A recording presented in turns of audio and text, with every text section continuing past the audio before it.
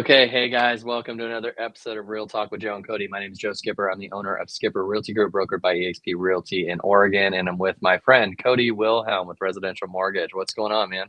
Oh, just living it up. I don't know about this weather. It doesn't feel like August weather to me, but I know, it's it's actually great golfing weather. I You just know, got and to I get out and actually golf. I have to do some stuff on the roof of the trailer, the travel trailer we have. Oh yeah. So it actually is good weather for that, Yeah. because my ginger skin up on the top of the roof of an RV is not the best look. So Yeah. so it It's like actually putting you works in a out. microwave. I went on a run this morning, hours ago, and my Hey, face good for is still you. red. Yeah. So yeah. So this weather is great for the Uh the trailer work. it is. I know, like I'm not ready for summer to be over because it always feels like, August in my head, I'm thinking, okay, once August is over, summer, like you don't know what you're gonna get from there. Yeah, And I'm not mentally ready for that, but um here we are, I guess I we know. can't change it, but yeah, it's It has nice, flown by. It's been so weird at how much it's gone by so quick. So right? yeah, but yeah, here we are. We're going tomorrow to shop with Cora to get school stuff. So I yeah, know. It's nuts. crazy. But anyways, well, what's Crazy. going on with the rates? Anything crazy with the rates? Um, it's yeah, I guess so. I think that there's a lot of like we have seen the rates come down.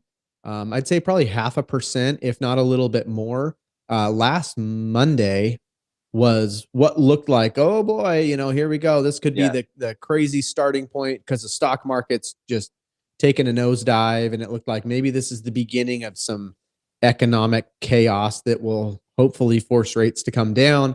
Um, and then it kind of rebounded, and so it's been a little bit more of the same like ups and downs and nothing. yeah, But overall, like we're down in like the 6.5 for the national average, which is fantastic because we've yeah. been sitting in that 7 to 7.5 for so long that it feels like it's kind of stabilizing here. And I know the CPI, the core inflation data that's come out, it has hit the mark. It's been a little bit lower than what expectations are. So everything is still leading to September, potentially for the first rate cut. And I'm Mhm. seeing, could be 50 basis points, which um, for anybody that's, that doesn't make any sense. That would be potentially like 0.5%. It doesn't exactly translate to that, but it's close Yeah, to, which would be great because that's a big. But when the Fed has been increasing rates throughout the last couple of years, they have been doing it in 25 basis point increments. So this would be essentially like two rate cuts in one. And then I'm seeing stuff where they're talking about could be 100 basis points, which would be like 1 full percent. Um, wow. by the end of the year, and then another expected 100 basis points next year. So I think we're getting finally. I mean, been saying this for who knows Yeah, how long, but I feel like we are finally getting to that point where we could actually start to see the rates come down over like and that's across the board. That's not just the mortgage side of it, right? Like that's the yeah, prime rate, which would bring down any businesses that have adjustable rates, credit cards, car loans, mortgage, all that stuff. It would come down. So I don't know how much of an impact there will be right away, but it could really set us, us as in anybody that's working in the housing industry or I guess any finance. Um, it could set up for a good potential, 6 months, 12 months down the road once things kind of settle in. I yeah. think the one part that's still kind of in question is just what does the economy look like when that happens? Because Hmm. usually when they start bringing rates down, it means that there is a need for it. And Yeah. trying to get ahead of it, big talk has been like, did they hold them up for too long? And then now they're going to have to hurry up, but the damage has been done to like say businesses that can't afford it anymore. It's not like it's just going to be a quick like flip of the switch and they're like, "Oh, hey, rates are down. Cool. We can save everything." It's going to be they're Yeah. probably still going to go through with cuts and stuff. So who knows what it'll end up looking like, but if I'm being selfish from the housing perspective, I think it's obviously very much needed. I think it'll start to take some of the pressure off of rents going up. with buying being more affordable.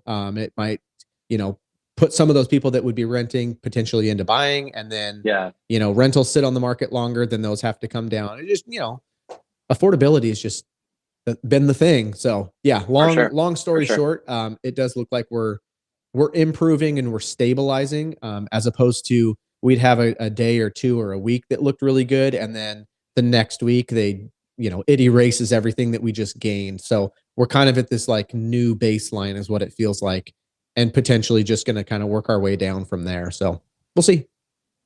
So what are you advising clients like when they, you know, when they have to lock in, or maybe they don't have to lock in right away? Do you advise them to Yeah, kind of chill out for a bit if they get under contract right now, or are you advising them to lock in now, or what? I know that's always yeah, a risk, it you know, no is. matter what you do. But Yeah, you know, based on your experience, yeah. I what mean, do you think? so prior to rates going up, so like up to about the middle or so of, or first part of 2022, um, I was always a floater, is what you call it. You know, float the rate or lock the rate. Yeah. I was a floater because I just loved it. Like I could float the rate because most of the time when you're in a normal rate environment, they're not super volatile, right? Like it would be, say today's rate is, you know, back then it would have been say 3%. It's like, Yeah. okay, we got 40 days until closing. Let's ride this out because the rates just aren't changing much. And so if we can do, you know, instead of locking on a 30-day, we lock on a 15-day, the shorter your lock period is, the cheaper it is. So I might Mm, get them the same interest rate, but now instead of, you know, that being no cost, maybe that gets them a $700 credit towards closing costs I see. because you're, you know, you're hedging your bet. So the longer you lock out, the more expensive it is because now you've I secured see. that interest rate Yeah. for 45 days or 60 days. So I was always a big fan of floating, like, hey, and I tell people too, like, I will get you this rate. Okay. Like, this is what I'm going to get you. If you want me just to lock it in now, let's lock it in now. If you want me to try to get you something better, something a little cheaper, I will do that for you and get you this worst case scenario. Like, I'm going to lock it before it gets worse. But maybe if we ride this out for a couple days, couple weeks, maybe we can save us something. And Yeah. then rates started going up, and it was like, I learned my lesson very quickly that this You're is like, not a yeah, I can't normal do that anymore. situation. So it bit me a few times where I had to Yeah. go to my boss and say, "Hey, I made a boo boo. I told them that I would get them this, and the market just Yeah. got worse and worse, and I can't pass that on to them because that's like if if I do that, then I feel like I'm just lying to For myself sure. and them, and that's For just sure. not cool. And my, you know, my boss is amazing about that, and understands that, you know, I'm not trying to just lose people money. It's like I took the risk and he's backing me on it. But Hmm. to answer your question, since then, since probably like 20, you know, end of 22, I have always encouraged people to lock. And if they don't want to, then I say, I'll keep an eye on it. Um, but this is kind of up to you. Like, I'll get you the information every day and we can see where things Yeah. are at. But if you don't like to gamble, then I'd say let's lock it in. If you like the risk and you want to kind of gamble and see if maybe we can get something, then I'll keep an eye on it for you. But you know, if you're comfortable with where we're at today, then I'd say take it. And, Yeah. you know, Yeah. because again, even over the course of this last, say, year and a half, we have had weeks where the rates did come down. So there is opportunity that you can get it, but to time it, it's like, I mean, it's like winning the lottery because it's just Yeah. so Oh, for sure. inconsistent. And then a bad day erases 7 good days. And so it's like the risk is just not worth it right now. So I'm excited to get back to that time where I can, you know, it Float it a feels little like bit. Yeah. you're like, hey, I'm going to get you this. I guarantee I'm going to get you this. And I'm going to do my best to get you something To get even you better. better. Yeah. And worst case, it's just kind of fun for me, because there's not a whole lot that I can do. Like, I can't decrease costs for title companies and appraisals and all that stuff. But Yeah. shoot, if I can play the rate market to offset some of our fees or just the fees in general, or get you a better interest rate, like that's fun to me because I can't, um you know, my hands are kind of tied for the most part, so it's For like sure. one fun Yeah. way that I can be involved and feel like I'm it's like rate gambling. Yeah, yeah. It's addicting until you lose. Nice. Yeah, until you lose, then Yeah. you learn your lesson for sure. Yes, Yeah. exactly. Well, Yeah. cool. What's new on the real estate side? Well, we've got a few days. So I say a few days before this whole change happens, but it's already happening in the RMLS up, which Yeah. is up here in this area. They've already basically taken away the ability for listing agents to show a percentage that the seller is willing to contribute to the buyer's agent commission. So, and we Mm. are now being required to have the buyers sign their agreements and all that stuff. So my biggest takeaway or my biggest put out to anyone that's watching is to get with an agent that knows what they're doing and ask them Mm. all the questions, because it's not as confusing for a seller, and it actually, in my opinion, it benefits a seller, because now we don't have to disclose what a seller's willing to give. So if a seller is Ah. willing to give 2.5%, we don't disclose that and let the buyer's agent write that in the contract, kind of like closing costs. Mm. Hmm. And so it could benefit the seller, especially in these cut rate agencies that offer a very low, buyer's agent commission and all that stuff. Well, if they write that in the offer for less than what the seller was willing to pay, then the seller makes out. Hmm. The bigger issue is going to be, and I don't even think it's an issue, because I think we'll work it out, but buyers now have to at least contractually be on the hook for paying for their buyer's agent, whether that's a Hmm. percentage, an hourly rate, a flat fee. We can charge whatever we want. Um, and it's up to either the buyer to pay it, for the buyer's agent to negotiate that into a sale of a home, Hmm. that the seller will pay for that buyer's agent commission. So it's a big confusing world. Everyone is still like, what is going on when you tell them about this? So I would say Yeah. right now, if you are in this or thinking about getting in it, it's start talking to someone, because it will be a shock to you when you talk to an agent and say, I want to go see this house, and they're making you sign this contract telling you that you have to pay them X Mm. amount of money to be their Hmm. agent. So there's little intricacies there, but yeah, that's all happening like as we speak. Like, we have buyers and sellers right now in our company that are dealing with this like transition, that are pending right now, that we have to do contract stuff, that are in the midst of listing. So it's going to be a learning curve for a while. I think that Yeah. things will even out and everything will work out for everyone, especially. But I do think you'll see cut rate or discount agents or part-time agents, like you'll see them kind of drop off, I think, because Yeah. it's going to be much more difficult to show your value to a client than now, especially buyers that are like, okay, I have to pay you this Hmm. potentially. Like, what are you doing for me? And Yeah. so it'll be an interesting game that goes on. So, but that Sure. happens technically the 17th. RMLS is already doing it. Hmm. My company's already doing it. So yeah, and this Yeah. is like, I guess I was just at a meeting that they said that this change in our industry has not happened for like a century. Like, there hasn't been anything in Wow. our lifetime basically that like Yeah. has happened that this profound, or this much of a pivot, or whatever you want to call it. Yeah. Um, it's a I enjoy being a part of it. I think it actually overall may turn out to be better. Hmm. Right now, I don't think it's better for buyers, personally, because buyers, as you know, are already priced out of the market. Yeah. So to then have to force them to sign an agreement with an agent saying, I got to pay you Hmm. your fee too. Sure. So, but having said that, good agents will work that around and be able to negotiate things. And Hmm. so, yeah, yeah, interesting times, man. Yeah, man. Do you see a situation where somebody would try to negotiate that?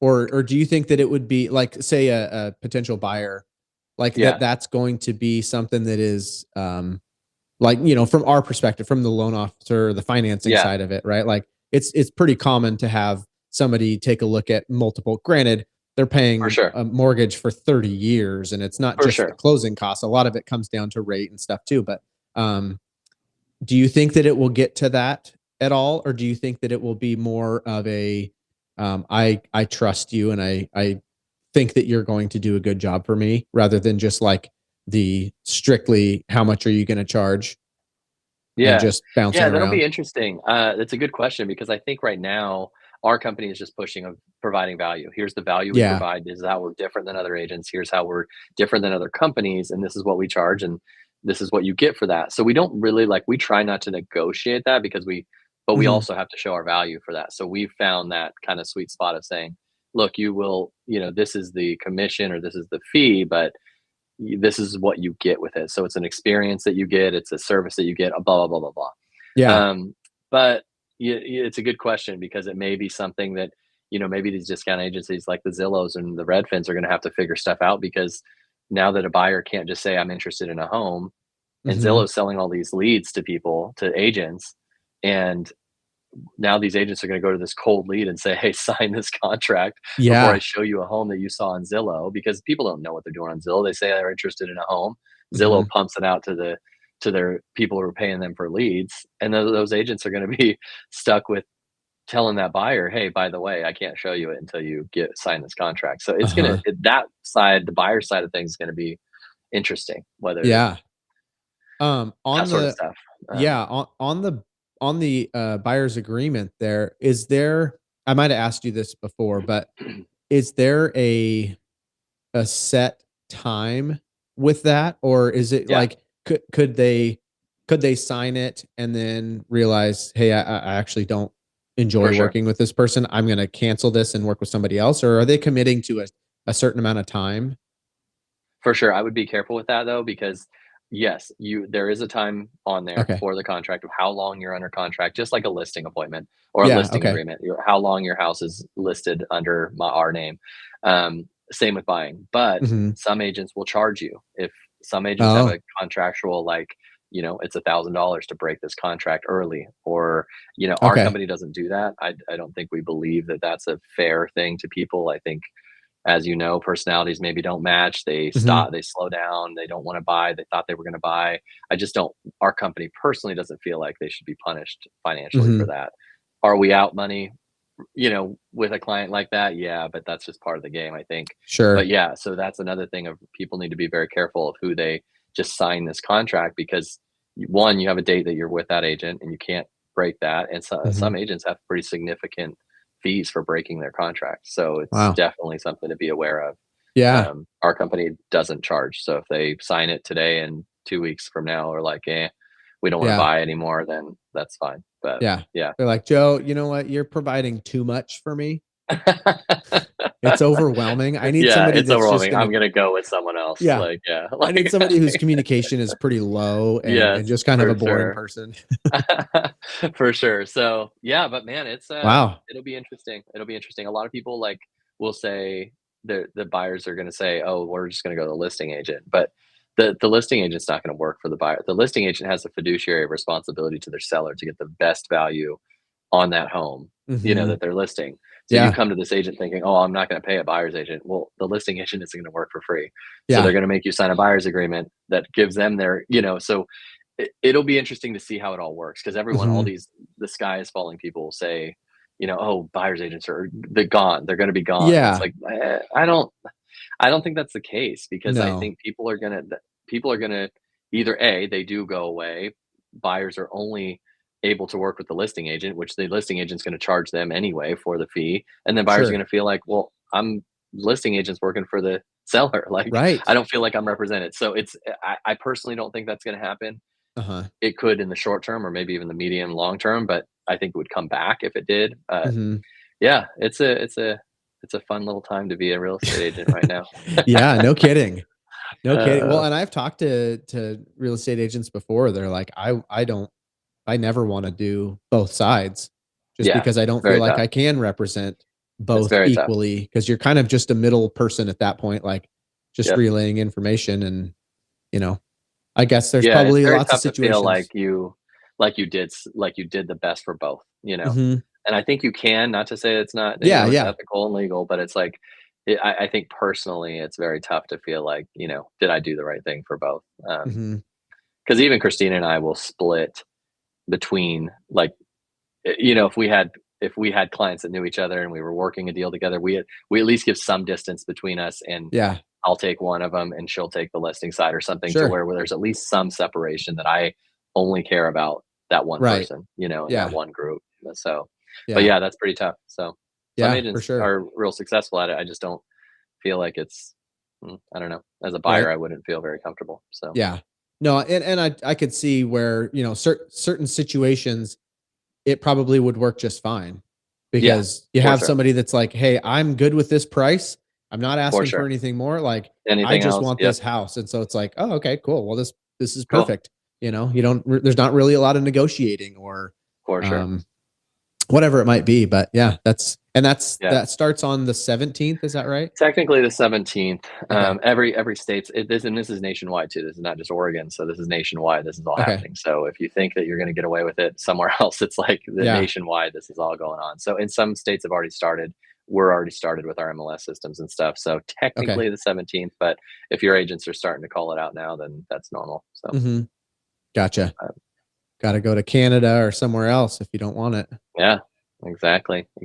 Go move to Canada if you don't want these rules. Yeah. I don't know that that's going to Well, it's really just help you funny. It's much like though, but lawyers, the media hypes it up like this is the best thing for people in the world, and I just don't see it. I think lawyers made a lot of money in yeah. this, and that's what happened. Um, and I think agents didn't help themselves by how we treated business before, which has Mm-hmm. caused the lawsuit. But I think this is just a money grab by attorneys, and Yeah. it's not really going to help anyone. So Right. that's my personal opinion. It's not my Yeah. company's opinion. Don't knock Sure. anything that like Yeah, I'm it's just gonna Joe snip Skipper's this little opinion. Like section there. It's gonna be a little drop for our uh, podcast. yes, exactly. Well, yeah, speaking of podcasts, we got another one coming up this week that will drop. That'll be Yeah. good. And then yeah, we got to do an interview with me. You got to talk about me. Yes. I think that's gonna be our next one. Well, Yeah. cool. Got to get the full Well, it's story good on talking to you, man. So Joseph A. Skipper. I What is your know middle name? it's P. It's P Skipper, but P. Joseph P. Skipper. yeah, Actually, I like Patrick. that. That kind of rolls off the tongue. It's very Scottish Catholic. So. Yeah, I like it. It sounds like a character in a movie. Oh man.